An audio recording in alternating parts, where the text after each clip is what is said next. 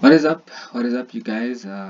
This is me, and we're back again with our weekly review on gold, and we'll be going over some of the trades we took as kind of a pickup from the last video we did on our weekly analysis on gold, right? And yeah, I hope you guys had a productive week. Hope you guys had a profitable week. This side it was a little rough around the edges, but we'll get into it and we'll see what we can take from this week's trades, right? Yeah, as we talked on our analysis video, if you haven't checked that out, please the link will be somewhere right now. So please go check it out, check our analysis video, and we'll see what we were talking about here, right? We saw this nice push to the upside, right? High highs, high lows right here. High low, high low, high highs, and high low. And you saw price kind of consolidating in this range. I talked about price being comfortable around these areas. We talked about a possibility of price breaking lower and coming to these areas, right? Yeah, which we got that. I think it was last week or the previous week, but nice break and a nice correction there. Talked about these trades we took here, and then this week was kind of a slow week because we were bound in this kind of correction here. This whole correction here, we saw price just consolidating, and if you can look closely, it was just messy patterns, bruh. It was messy, going up and down. It was really choppy. If you took longs here, you didn't make money. If you took shorts, unless you were day trading and scalping it, then you were probably taken out or just breaking even at best. So when we made that video about the weekly analysis, we had something like this. We had an just a symmetrical triangle forming there, and we talked about price having the possibility to just shoot. I'm sorry about that. Price having the possibility to shoot to the downside, testing these lows to the 90% rule, yeah, that we talked about.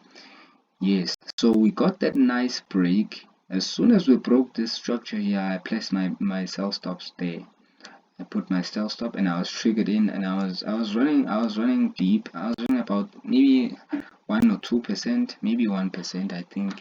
And I took another short position as soon as we broke and closed below this low here for our correction. As soon as we broke this huge candle, I don't know if you guys can see this huge candle. It was a very bearish candle. As soon as we closed bearish, I entered with my second sell, put my stops above there, and I wasn't looking to day trade gold for this week because I just came back from a messy week last week, and I decided to switch things up. So I decided to swing gold and take just one position for this week, and yeah, we held the position for about I think it was close to 4 days or so. Yeah, close to 4 days. And yeah, as you can see, if you can evolve our structure, you see we broke, right? And then we kind of corrected. We talked about price having the probability to give us a nice correction before a push to the downside, right? A push. But if you can look closely, price is still in that correction, in the corrective phase. It hasn't really impulsed out of the structure, right?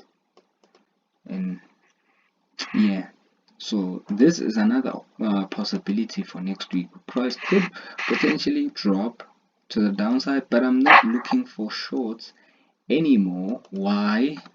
Because if you evolve your structure here, you will see that we are forming kind of a descending type pattern.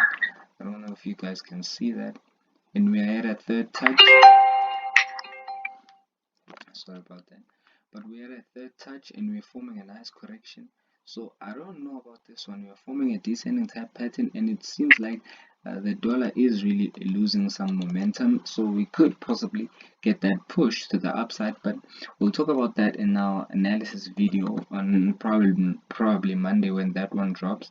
But yeah, that is the trade that we took this week. I think this was oh, it was you guys, it was a really tough week, bro. One of the toughest weeks I've had in a very long time.